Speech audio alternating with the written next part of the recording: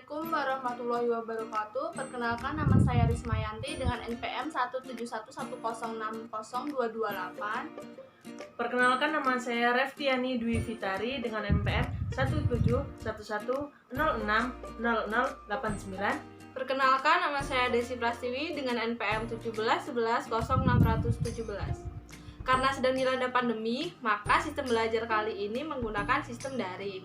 Nah, di sini kita akan mempelajari tentang sistem reproduksi hewan. Selamat menyaksikan.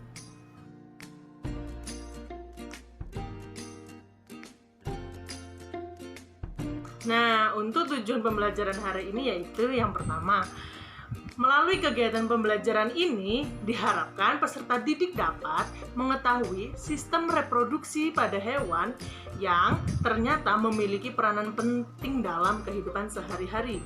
Yang kedua, melalui kegiatan belajar ini, peserta didik diharapkan dapat menyelesaikan masalah yang berkaitan dengan sistem reproduksi pada hewan. Yang pertama yaitu pengertian sistem reproduksi. Istilah reproduksi berasal dari kata re, yang artinya kembali, dan kata produksi yang artinya membuat atau menghasilkan, yaitu organ-organ reproduksi hewan yaitu pada genitalia betina. Di dalam hewan itu terdapat organ-organ reproduksinya. Yang pertama yaitu ada ovarium. Ovarium disebut juga sebagai organ reproduksi primer karena organ ini menghasilkan gamet betina dan sel kelamin betina, dan juga berfungsi sebagai kelenjar endokrin yang menghasilkan hormon-hormon seks betina, yaitu ada estrogen dan progestin. Dua, yaitu ada folikel. Folikel terletak dalam paresima dan sering nampak sebagai sekelompok sel yang disebut dengan acnes. Yang ketiga, ada corpus luteum. Corpus luteum merupakan badan atau organ yang padat, penghasil hormon progesteron atau hormon progestin lainnya. Yang keempat, yaitu ada ovidu. Ovidu juga disebut sebagai tuba Pavlovi, merupakan saluran yang berkelok-kelok dengan penggantungnya mesosalpik. Organ ini berfungsi dalam transportasi ovum dan spermatozoa, di mana perjalanan kedua sel kelamin ini di dalam arah yang berlawanan. Juga berfungsi sebagai tempat berlangsungnya fertilisasi dan perkembangan awal. Yang kelima, yaitu ada infundibulum. Bagian dekat dengan ovarium berbentuk seperti corong.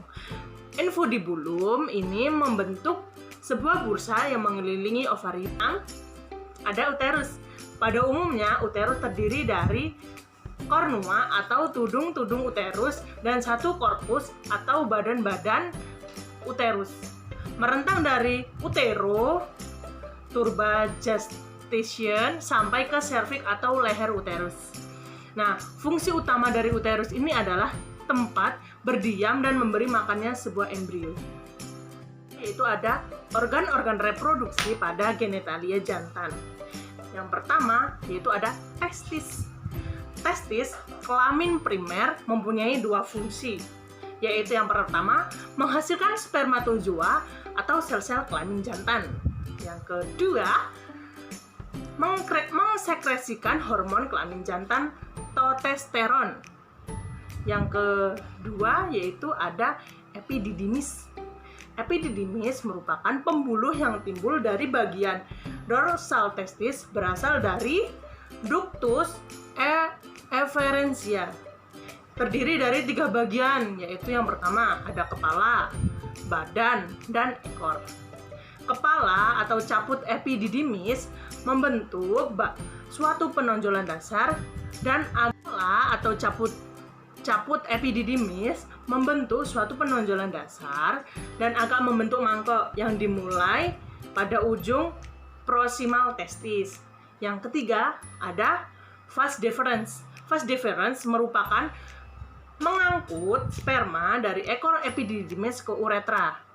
Dindingnya membentuk otot-otot licin yang penting dalam mekanisme pengangkut semen waktu edukasi. Yang yaitu ada penis. Penis merupakan organ kopulasi pada ternak jantan. Membentang dari titik uretra keluar dari ruang pelvis di bagian dorsal sampai pada orifice uretra eksternal pada ujung bebas dari. Lalu selanjutnya ada reproduksi seksual dan aseksual pada hewan. Reproduksi seksual pada hewan itu melibatkan sel kelamin jantan dan sel kelamin betina, serta fertilisasi atau pembuahan. Pembuahan pada hewan ada dua jenis, yaitu pembuahan yang terjadi di dalam induk betina dan pembuahan yang terjadi di luar induk betina. Setelah terjadi pembuahan, maka akan terbentuk zigot dan zigot akan berubah menjadi embrio. Perkembangan dan kelahiran embrio dapat terjadi melalui 3 cara, yaitu vivipar atau hewan beranak, yang kedua ovipar atau hewan bertelur, dan yang ketiga ovovivipar atau hewan bertelur dan beranak. Lalu selanjutnya ada reproduksi aseksual, yaitu reproduksi yang terjadi tanpa adanya peleburan gamet betina dan gamet jantan. Contohnya seperti pembelahan biner yang terjadi pada makhluk hidup uniseluler, yaitu seperti golongan Monera dan Protista.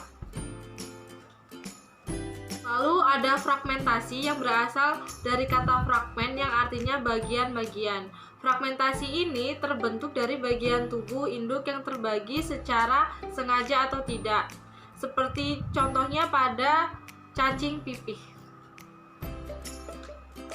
Selanjutnya ada parthenogenesis, yaitu bentuk reproduksi aseksual di mana betina memproduksi sel telur yang berkembang tanpa melalui fertilisasi. Lalu selanjutnya ada reproduksi invertebrata. Yang pertama ada hidra. Hidra memiliki 2 cara perkembangbiakan. Yang pertama dengan cara seksual, yaitu dilakukan dengan pembentukan testis dan ovarium yang terdapat pada satu tubuh atau hermafrodit. Yang kedua, perkembangbiakan secara aseksual yang terjadi penonjolan yang terdapat pada bagian tubuh induknya, dan beberapa lama kemudian penonjolan itu akan lepas dan terbentuk individu baru. Yang kedua ada cacing pita. Tubuh cacing pita terdiri dari segmen yang disebut proglotit. Pada setiap proglotit terdapat ovarium yang menghasilkan ovum dan testis yang menghasilkan sel sperma. Yang ketiga adalah cumi-cumi. Cumi-cumi melakukan reproduksi secara seksual, diawali dengan jantan merayu betina menggunakan warna kulit, dan jika diterima oleh betina, kemudian menggunakan lengan yang disebut hectosotylus untuk mentransfer paket sperma, disebut spermatofor ke betinanya. Yaitu ubur-ubur. Ubur-ubur jantan melepas sperma dalam air. Betina membawa telurnya ke mulutnya atau ke perut. Ketika sperma yang dilepas di dalam air bersinggungan dengan telur betina, mereka dapat dibuahi. Pada vertebrata, yang pertama yaitu pada ikan. Ikan pembuahannya terjadi di luar tubuh, yaitu di dalam air. Sekali bertelur, ikan mampu menghasilkan ribuan telur yang tidak dilindungi oleh cangkang. Telur ikan yang dibuahi selanjutnya ada yang dibiarkan terapung-apung dalam air, ada yang ditempatkan dalam sarang dan dijaga oleh induknya. Ada juga yang ditempelkan pada tanaman air, serta ada pula disimpan dalam rongga mulut. Selanjutnya yaitu amfibi atau katak juga bertelur dengan fertilisasi eksternal. Telur yang telah dibuahi akan bergerombol di permukaan air. Setelah 6 hari, telur akan menetas menghasilkan berudu atau kecebong. Berudu hidup di dalam air dan bernapas dengan insang. Setelah mengalami metamorfosis selama 1-3 bulan, ia akan berubah bentuk menjadi katak. Pada umur 1 tahun, katak telah menjadi katak dewasa. 3. Yaitu reptil. Umumnya reptil bersifat ovipar dan ada pula yang bersifat ovovivipar. Pembuahannya terjadi di dalam tubuh. Fertilisasi internal. Telur dilindungi oleh cangkang. Telur yang dikeluarkan ada yang disembunyikan dalam pasir. Yang keempat yaitu aves atau burung. Semua jenis burung bereproduksi dengan cara bertelur atau ovipar. Ada burung yang mengerami telurnya, ada yang menyimpan dalam lubang yang ditutupi daun, ada pula yang menyimpan telurnya di dalam pasir. Seekor burung sekali musim hanya mampu bertelur beberapa butir saja. Yang kelima, mamalia. Mamalia berkembang biak dengan cara melahirkan anak atau vivipar. Proses pembuahannya terjadi di dalam tubuh induk betina atau fertilisasi internal. Meskipun demikian, ada beberapa jenis mamalia yang tidak melahirkan anaknya, tetapi bertelur, contohnya platypus. Jangan lupa selalu menggunakan masker, Cuci tangan, dan stay healthy. Semoga bermanfaat. Kami akhiri. Wassalamualaikum